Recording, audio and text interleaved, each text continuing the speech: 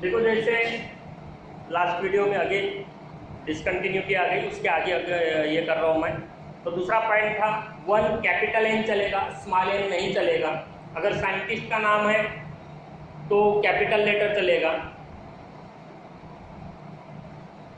Small letter से उसकी शुरुआत नहीं होगी। लेकिन यही अगर जैसे किलोग्राम है तो केजी स्मॉल होना, मीटर स्मॉल होना, कैपिटल एम से नहीं चलेगा। अगर समझो यूनिट में जैसे 1 न्यूटन है तो अपन बोलते कि नहीं ठीक है प्लूरल है, लेकिन 2 न्यूटन्स ऐसा नहीं होता। 20 न्यूटन सही है, 20 न्यूटन्स गलत है। येस नहीं लगाना है, उसको प्लूरल में नहीं लेके जाना है यूनिट को। 20 न्यूटन सही है, 20 न्यूटन्स गलत है, येस नहीं लगाना है, प्लूरल नहीं करना है।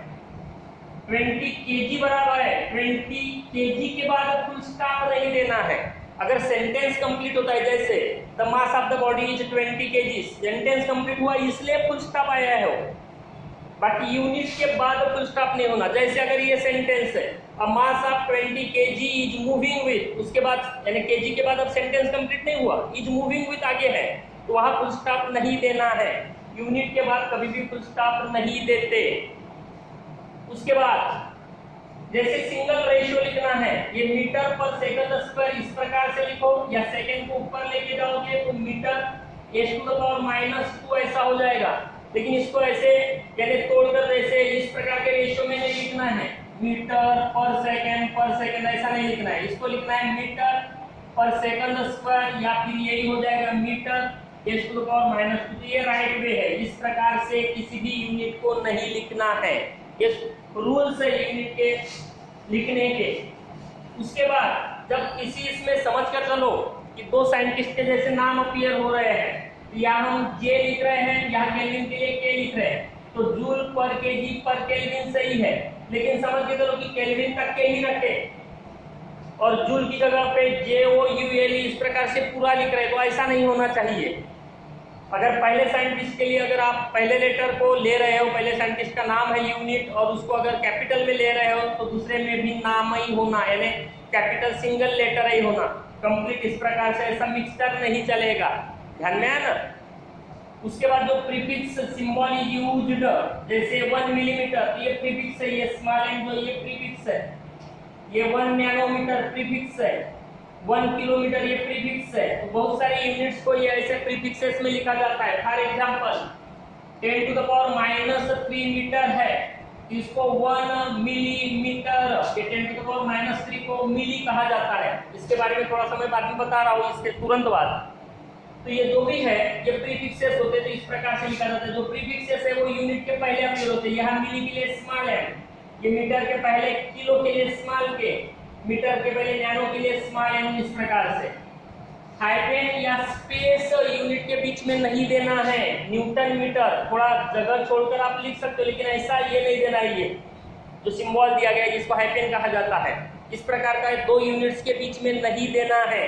ये यूनिट के बाद थोड़ा सा ये रखकर जगह छोड़कर आप लिख सकते हो, लेकिन इस प्रकार का सिंबल नहीं देना है। दूसरी बात, ये जो है मैंने अभी प्रीफिक्सेस की बात की है, न्यूटन के बाद जैसे मीटर आया, इसका मीनिंग अलग है। ये स्मॉल एन इधर आया तो इसका, ये एक्चुअली न्यूटन मीटर एक सेपरेट यूनिट है। ये मिली न्यूटन है, मिली ये प्रीफिक्स है, पहले अपीयर होने वाला प्रीफिक्स होता है, बाद में जो है वो यूनिट ही है जो सिंबल है वो। तो ये कुछ रूल्स है इन राइटिंग द यूनिट्स। अब यहाँ जो प्रीफिक्सेस की बात हुई, कुछ प्रीफिक्सेस आपको याद कर लेने हैं। मैं बहुत ज्यादा नहीं बता रहा हूँ, जो ज्यादातर उपयोग में लाए जाते हैं वही प्रीफिक्सेस के बारे में यहाँ मैं आपको जानकारी दे रहा हूँ। तो हमें पहले माइनस में जो है 1 मिलीमीटर की बात कर रहा हूँ, मीटर में बता रहा हूँ, तो ये होता है 10⁻³ मतलब मिली का मतलब -3 होता है।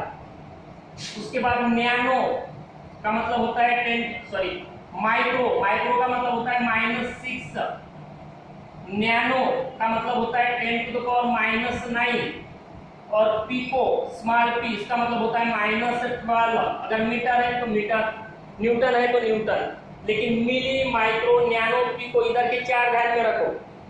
मिली, माइक्रो, नैनो, पिको -3 से बढ़ते जा रहे हैं। उधर में 3 ही बता रहा हूँ मैं, ज्यादातर उपयोग में लाते हैं। किलो के का मतलब 10⁻³ जैसे 1 किलोमीटर है 10⁻³ प्लस में उसके बाद आता है mega capital M 10 to the power 6, बाद में आता है गीगा 10 to the power 9। इधर कितनी नहीं, वैसे और भी है लेकिन ये ज्यादातर उपयोग में आने वाले हैं, तो ये याद कर लेना है आपको। प्रीफिक्सेस पॉजिटिव हो या नेगेटिव हो, ये -3 से यहाँ +3 से इस प्रकार से। Milli -3, micro -6, nano -9, pico -12, kilo +3, mega 10 to the power 6, giga 10 to the power 9। थोड़ा सा सप्लीमेंट्री यूनिट्स में वापस आ रहा हूं मैं, बहुत ज्यादा उस समय नहीं बताया था जब अपन ने ये वीडियो शुरू किया था। तो यहाँ प्लेन एंगल का मतलब जैसे ये सर्कुलर मोशन है समझो, जो प्लेन में होता है, पार्टिकल सरकमफेरेंस में है तो पहली पोजीशन उसकी ये है, और कुछ समय पश्चात समझो पार्टिकल यहाँ पहुंच गया, ये रेडियस है, ये रेडियस है और ये आर्क है। लेट दिस आर्क, यहाँ मैं ds से बता रहा हूँ या डेल्टा s से बताया जा सकता है, और ये जो भी एंगल होगा आइदर d थीटा या थीटा से बताया जाता है। तो यहाँ जो angle at the circular motion की बात करें तो angle eight the centre d theta या बोलो थीटा, थीटा के लिए अपन थोड़ा लार्ज लेंथ का आर्क जैसे कंसीडर कर रहे हैं, समझो s, it is arc length divided by radius होता है, arc length divided by radius. थोड़ा लार्ज आर्क लेंथ तो ये से बता रहे हैं again, arc length divided by radius. It is the plane angle जिसको रेडियन में मेजर किया जाता है, RAD या पूरा लिखना है तो रेडियन। अब ये 1 रेडियन जो होता है वो क्या होता है, it is angle in the plane, इसलिए इसको प्लेन एंगल कहा जाता है। तो ये 1 रेडियन क्या होता है, तो यहाँ से थोड़ा समझने की कोशिश करते हैं। समझ के चलो कि ये जो भी सर्कल है उस सर्कल का रेडियस 1 मीटर है, फॉर एग्जांपल 1 मीटर, उसको यूनिट रेडियस कहा जाएगा। और ये जो आर्क लेंथ है वो भी समझो 1 मीटर का है। In that case 1 metre divided by 1 metre ये हो जाएगा 1 रेडियन। तो देयरफॉर वी कैन से क्या है ये एंगल सबटेंडेड किसके द्वारा, आर्क द्वारा, कहा at the centre of the circle.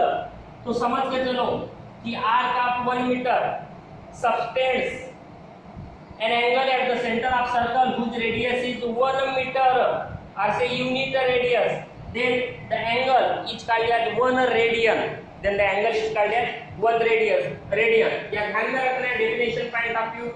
तो plane angle is the ratio of arc length divided by radius of the circle, arc length of the circle divided by radius of the circle. जो plane angle होता है वो उसको समझने के लिए कोन का ये ले लेते हैं, कोन यानी समझो फुटबॉल है, पूरा का पूरा स्फीयर यानी फुटबॉल है। फुटबॉल के ऊपर अपन ने एक कॉइन रखे, 1 रुपए की कॉइन या 54 की कॉइन या 50 पैसे कॉइन, और वहां से लेके समझो अगर अपन सेंटर तक जाते तो जो सरकमफ्रेंस है उस कॉइन का, वहां से लेके डिफरेंट ऐसे रेडियाई ले लो तो कोन का ये बनेगा।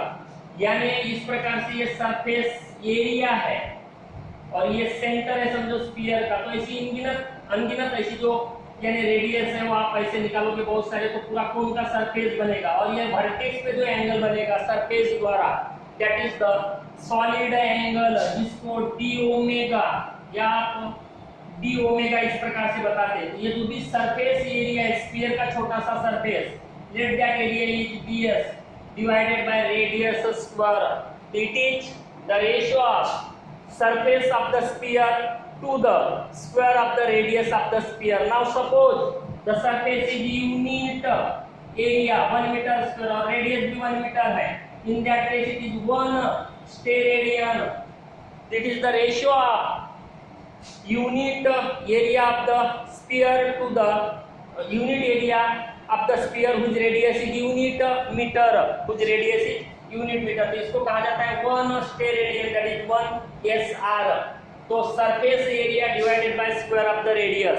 और एक पॉइंट के दोनों के बारे में ध्यान में रखना है, जब हम सर्कल की बात करते हैं तो छोटे छोटे ऐसे जो आर्क्स है उनके द्वारा जो एंगल्स बनाए जा रहे हैं d थीटा, अगर कंप्लीट सर्कल की बात करते हैं और उनको अगर मिलाते तो integration of d theta complete circle के लिए 2 पाई रेडियन यानी 360 डिग्री हो जाएगा। 2 पाई रेडियन यानी क्या हो जाएगा 360 डिग्री।